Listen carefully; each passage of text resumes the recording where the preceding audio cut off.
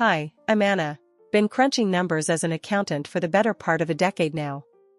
My husband, John, works in IT, a real tech wizard, which comes in handy more often than you'd think.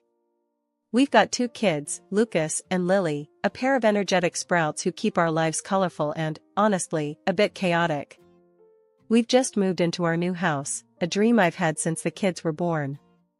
You see, John and I decided early on that we wanted a proper home for the kids to grow up in, not just any place would do. So, we scrimped and saved, and finally, after years of both of us grinding away, we managed to buy our own place. The house wasn't just a building, it was a promise we made to each other and to our kids. The day we moved in, I remember standing in the empty living room before the furniture arrived, envisioning the memories we'd create. John wrapped his arms around me from behind and whispered, "We did it, babe. We're home." "Yeah, we did it," I replied, my voice a mix of exhaustion and elation.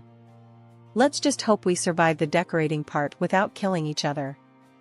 We spent that evening sorting through boxes, assembling furniture, and laying down rules for the kids, simple stuff, like no markers on the walls and no cookies in bed. It was late when we finally crashed, the sound of the kids even breathing from the next rooms, the best kind of lullaby. Things were good. Settling in took less time than I thought, mostly because I decided to work from home. My boss, bless his heart, was more supportive than I'd hoped. He let me handle the company's accounts remotely, as long as I kept up my numbers, and I always do. It wasn't more than a couple of months after the move that we got a surprise. I was in the kitchen, trying to figure out if the coffee maker was just complicated or if I was caffeine deprived, when I heard a knock at the door. Wiping my hands on my jeans, I opened the door, and there stood Susan, John's mom. My mother-in-law had that look about her, the kind that said she was up to something but you wouldn't figure it out until it was too late. "Susan, this is a surprise. What brings you here?" I managed to keep my voice steady, but internally, I was already bracing myself. "Oh, Anna, darling, I just missed my grandkids so much. And you know, I've always dreamed of living in a big house like this," she said, her eyes darting around, already making herself at home without an invitation. John came down the stairs, having heard his mother's voice. "Mom, you should have called. We would have picked you up." "Nonsense, I wanted to surprise you. Besides, it's time I spent some quality time with my grandkids," Susan declared, planting a loud kiss on John's cheek. I glanced at John, trying to gauge his reaction. He shrugged slightly, a silent message that read, "What can we do?" It had been a week since Susan plunked herself in our living room. Every morning, I'd tiptoe past her makeshift bedroom to the kitchen, the tension as thick as the burnt toast I'd toss in the trash before anyone could smell it. The whole arrangement was supposed to be temporary, but with each passing day, the discomfort burrowed deeper into our home life. That Tuesday, I had to scoot out early for a rare in-person meeting at work, which meant slipping on real shoes and trading my sweatpants for slacks. As I was leaving, Susan was just a silhouette under the blankets on the couch. I whispered a goodbye to the kids and left before the sun was fully up. When I returned, the house was eerily quiet. I called out, "Lucas? Lily," expecting to hear them thundering down the stairs. Instead, Susan appeared at the bottom of the staircase, her smile wide like she'd won the lottery. "Anna, dear, come see what I've done upstairs." A little surprise for everyone. Her enthusiasm grated on my nerves, but I followed, my curiosity piqued despite my apprehension. As we reached the top of the stairs, the first thing I noticed was the stark emptiness of Lucas's room. My heart sank. Where all his superhero posters had been, now hung drab curtains and pictures of landscapes that screamed boring adult lives here. "What the hell, Susan?" The words flew out of my mouth before I could catch them. She flung her arms wide, as if presenting on a game show. I moved Lucas into Lily's room. "They're young, they can share, can't they? And look, I brought up some of my things to make it more comfortable for me." I stormed into Lily's room, now cluttered with 2 sets of everything, and my kids sitting on the bed looking miserable. Lucas's eyes were red, and Lily's lip quivered. "Mom, why do we have to share now? We had our own rooms." Lucas complained, his voice cracking. I know, honey. I didn't know about this, I said, my voice soft but seething inside as I turned to face Susan. I sold my house to be closer to you all. I have nowhere else to go, she declared, a triumphant look in her eye. I felt the room spin a bit. You what? John didn't tell me that. Well, he knows now. And this is my room now. End of discussion, she said, walking into Lucas's old room and shutting the door with a definitive thud. I gathered the kids and went downstairs, my mind racing. When John got home, I was waiting for him, the kids eating their dinner quietly, the tension thick. John, we need to talk. Now, I said, pulling him aside as soon as he walked through the door. Your mother's moved into Lucas's room. Moved the kids into the same room without asking us. And she told me she sold her house. He ran his hands through his hair, looking as shocked as I felt. She sold her house? She didn't tell me that. This is crazy. I'll talk to her. That night, after the kids were in bed and the house was quiet, John knocked on his mother's door, trying to talk some sense into her. The muffled voices went back and forth, his tone pleading, hers defiant. I sat on our bed, thinking about how our dream home had quickly turned into a battleground. John came back an hour later, looking defeated. She won't budge. Says this is her right. I'm sorry, Anna. I don't know what to do. Every day was a new adventure and patience. I had set up my office in the corner of our bedroom, the only spot I could claim as somewhat quiet for my work calls. My job as an accountant wasn't something you could pause and play at your convenience, but try explaining that to Susan. This particular Thursday, I was deep into reconciling some accounts, my laptop spread with spreadsheets and reports, when Susan barged in, a bag of shopping swinging from her arm. Anna, you spend all day on that thing. Don't you ever take a break? She chided, not caring that I was mid-call with a client. Susan, I'm on a call, I hissed, covering the microphone with my hand, my cheeks burning with embarrassment. Oh, it sounds more like you're chatting with a girlfriend. She chuckled and shrugged, setting down her shopping on the table, spreading her latest treasures across my work area. I muted the call, my heart pounding. Susan, I need this space to be clear. I'm working. Working? Looks more like you're just fiddling on the computer. Back in my day, work meant getting your hands dirty, she scoffed, waving a hand dismissively. Unwilling to argue further, I unmuted the call and tried to focus, but my concentration had shattered. As I wrapped up the call, Susan had already floated away, probably to stow her new haul of discount buys, useless figurines and out-of-fashion clothes that seemed to multiply each day. Later that afternoon, the sound of crying broke my concentration again. It was Lucas, sobbing over something in the living room. Dropping everything, I rushed to him, finding him holding an empty comic book sleeve. Mom, my Spider-Man comics are gone. I left them right here. My heart sank. Let's go ask Susan, sweetie. Maybe she moved them. We found Susan in her room, the door ajar, surrounded by piles of her shopping conquests. Susan, did you see Lucas's comics? I asked, trying to keep my voice even. She glanced up, her nose wrinkling in disgust. Those old things? I threw them out. They were cluttering up the living room, and I can't stand spiders. Creepy, crawling things. No need for that nonsense in the house. Lucas's face crumpled, tears streaming down his cheeks. But Grandma, they were my favorite. Spider-Man isn't real. He doesn't crawl. I don't care. I don't like them, and they're gone, Susan snapped, turning back to her clutter. As Lucas calmed down, I stepped into the hallway, my mind racing. Susan's disregard for what wasn't hers was growing unbearable. Every inch of space was slowly being consumed by her belongings, her rules, her presence. From the crack of dawn to the hush of night, Susan's presence was like a cloud, casting a shadow over our family's daily life. And with each passing day, her comments and criticisms grew sharper, cutting into the fabric of our routine and comfort. It was a Tuesday morning, and I had just finished getting the kids ready for school when Susan decided to comment on my appearance. Anna, when was the last time you had a manicure? You really should try to keep yourself up, you know. I glanced down at my hands, nails chipped from household chores, and typing furiously on my laptop. I've been busy, Susan. You know, taking care of the kids and working from home. She said, shaking her head. A little effort wouldn't hurt. John would appreciate it. Ignoring the sting of her words, I went to the kitchen to prepare breakfast. But as soon as I served the eggs and toast, Susan was on to her next critique. Is this how you usually cook? It's a bit bland, dear. You really should take some cooking lessons. The kids ate silently, casting me worried glances.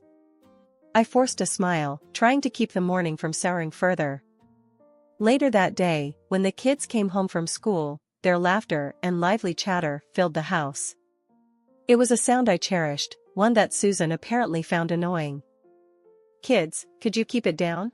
I'm trying to watch my shows, she called out from the living room, her tone sharp and commanding. The kids shuffled away, and I felt my frustration mounting.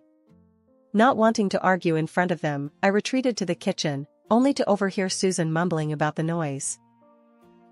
That evening, as we sat down for dinner, Susan decided it was time to lecture me on my role in the family. Anna, I think it's time we start dinner with a little thank you to John. After all, he's the one providing for all of us. I clenched my jaw, setting down my fork. Actually, Susan, I pay the mortgage. That's $2,800 a month from my salary. Susan waved her hand dismissively as John chimed in. Mom, Anna's right. She's the one handling the mortgage. I take care of other expenses, but we both contribute equally. Oh, please. Susan scoffed. If it weren't for my son, you wouldn't have this house or your comforts. John's face tightened, and he looked like he was about to argue further, but he caught my eye and let out a sigh. We had been through this conversation too many times already. The meal passed with an uncomfortable silence, the clinking of cutlery punctuating the tension. After clearing the dishes, I found myself in the laundry room, folding clothes more aggressively than necessary. John came in, his expression weary. Anna, I'm sorry about my mom. I don't know what to do to make her understand. I folded a shirt and stacked it with a little too much force. I don't know either, John. But we can't go on like this. It's like walking on eggshells in our own home. We'll figure something out, John said, though the assurance sounded hollow. Maybe we can sit her down and talk it through again. Lay out everything clearly. I nodded, though doubt nagged at me. Susan had made up her mind about how things should be, and it seemed no amount of talking would change her view.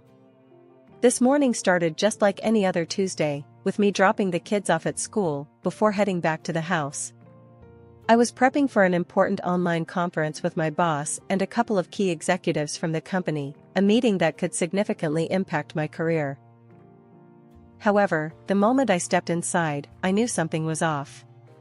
The house was bustling with noise, laughter, and the clinking of dishes. Susan had invited her friends over for an impromptu breakfast gathering, apparently turning our living room into her personal social club. I sighed, rubbing my temples as I poured myself a quick cup of coffee. Trying to stay calm, I headed to my office, hoping to find some sanctuary. As I settled down, adjusting my webcam and reviewing my notes one last time, I could hear the muffled chatter and laughter from the living room. I tried my best to block it out, focusing on the upcoming discussion. But just as the meeting started and I began to explain the quarterly projections, the door to my office flew open. Susan, leading her troop of friends, burst in loudly asking, Anna, why didn't you make us some coffee too? And where's our breakfast? You can't just ignore your guests. Stunned, I muted my microphone, my cheeks flushing with embarrassment. Susan, I'm in the middle of a work meeting.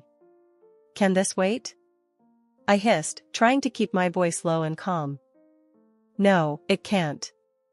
You think because you're working, you can neglect your duties as a hostess? Susan retorted, her voice rising with every word. Frustrated, I pointed at her sharply. Keep it down, I'm working. In response, Susan's expression twisted into one of defiance, and in a dramatic gesture, she grabbed my laptop and threw it onto the floor. The screen went black, the sound of my boss's voice cut off abruptly as the machine hit the carpet with a thud. "Go and make us breakfast," she demanded, as if she had every right. Without a word, I stood up, walked over to her, and firmly guided her out of the office, closing the door behind her. My heart was racing, a mixture of anger and shock numbing my senses. I picked up my broken laptop, feeling the sting of tears in my eyes, not from sadness, but from sheer frustration. Taking a deep breath, I pulled out my phone and dialed my boss, explaining what had just happened. To my relief, he was more understanding than I expected. "I get it, Anna.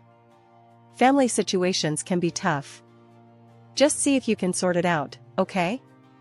We need you focused." After hanging up, I could hear Susan in the living room, loudly proclaiming to her audience, "You have to teach these young ones how to behave. If you let them, they'll walk all over you. It's our duty to put them in their place." The audacity of her words made my blood boil, but I knew I had to hold it together. Later that evening, when John came home, I told him everything. His face darkened with each word I spoke. "He did what? That's it. She's paying for a new laptop," he said, his jaw set in anger. "This has gone far enough, Anna. I'm sorry. I'll handle it." He confronted his mother about the incident. Susan, perhaps realizing she had crossed a line, suddenly clutched at her chest, her face contorted in pain. "I'm not feeling well," she gasped, her voice shaky. "Mom, are you okay?" John's tone shifted from anger to concern in a heartbeat. "I need to lie down. This is too much for me," Susan said dramatically, before retreating to her room and locking herself in. The next morning, Susan declared she'd be retreating to a boarding house to restore her health, and I watched her pack with a practiced calm, masking the storm of thoughts whirling in my head. Her sudden declaration of illness, miraculously timed to avoid the fallout from breaking my laptop, seemed too convenient. John, equally skeptical, tried once more to broach the topic of the broken laptop, but she dodged his concerns with an airy wave, promising to discuss it later. As her taxi disappeared down the driveway, John turned to me, a mixture of relief and resolve on his face. "Okay, what's the plan?" he asked, as we stood in the quiet aftermath of her departure. "You know how your mom freaked out over Lucas's Spider-Man comics because she hates spiders?"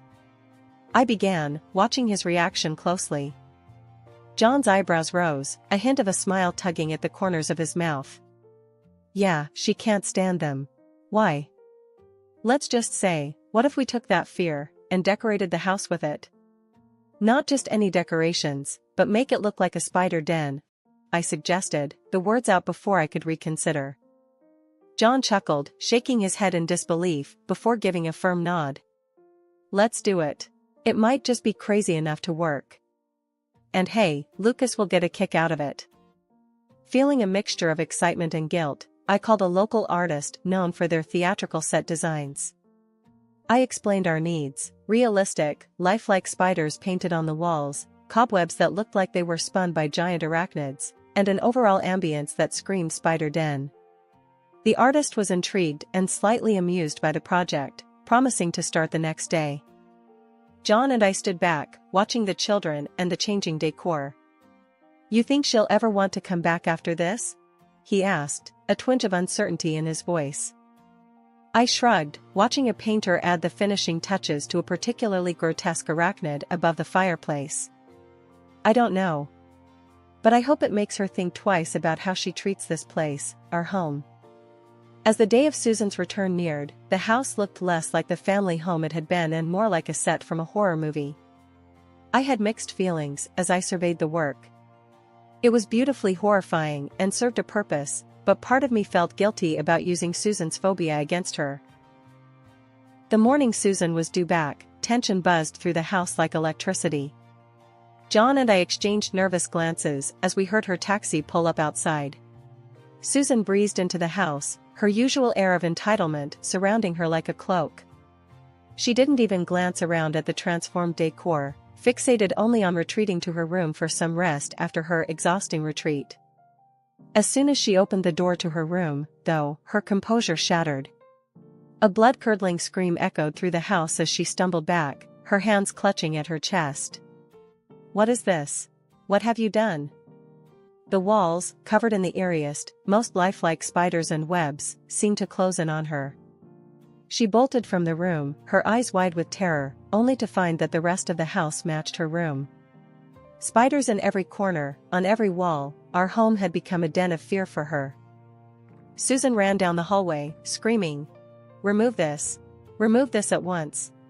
Calmly, I stepped into her path, my voice steady. "Susan, this is our house, and we decide how to decorate it. We like it this way." John joined me, adding, "We can't afford any changes right now, not after what happened because of you." Her face went pale, her eyes darting around as if the spiders might jump off the walls. "What are you talking about? What happened?" "Your little stunt with Anna's laptop got her fired. We're tight on money now. If you're going to stay, you'll need to contribute $2,800 a month for the mortgage," John lied smoothly, "the fabrication necessary to press our advantage." Susan gasped, clutching her heart again. "This is outrageous. You can't do this to me. I'm leaving. No one appreciates anything I do. I'm not staying in this horror house." As she scrambled to pack her things, I blocked her way at the door. "Before you leave, you owe us $2,000 for the laptop you broke." The color drained from her face, replaced by a flush of anger. She yanked her checkbook from her purse and scribbled furiously. Slamming the check into my hand, she lifted her chin proudly. "There. Now, I'm leaving for good." John and I watched as she hauled her suitcase out the door, her head high, but her shoulders tense. As the door closed behind her, the tension in the air dissolved, replaced by a collective sigh of relief. We turned to each other, John wrapping his arms around me, both of us laughing, a bit from relief, more from disbelief at how things had turned out. "We did it, Anna. It's over." Lucas and Lily came bounding over, their faces bright with smiles. "Is Grandma really gone?" Lucas asked, his voice a mixture of hope and uncertainty. "She's gone, buddy," John confirmed, ruffling his son's hair. "The house is ours again. We can keep the spiders, right?" Lily asked, her eyes gleaming with mischief. "We'll see, honey," I laughed, kissing her forehead. "We'll see." That night, as I tucked the kids into bed, their rooms finally free of Susan's overbearing presence, I felt a peace settle over me. We had our home back, our lives back, and while the method was unconventional, the result was all that mattered. I continued working from home as an accountant, still seated at my trusty desk by the window, overlooking the garden where the kids played. Of course, I hadn't really lost my job, that had been a fib to push Susan to take some responsibility, and thankfully, it worked. Life without Susan was less dramatic. Lucas dove deeper into his comic books, often sprawled across his spider-webbed floor, sketching his own superheroes. Lily had taken to gardening, her little patch outside blooming under her careful attention, a stark contrast to the faux arachnid menace indoors. As for Susan, last we heard, she'd moved into a nursing home.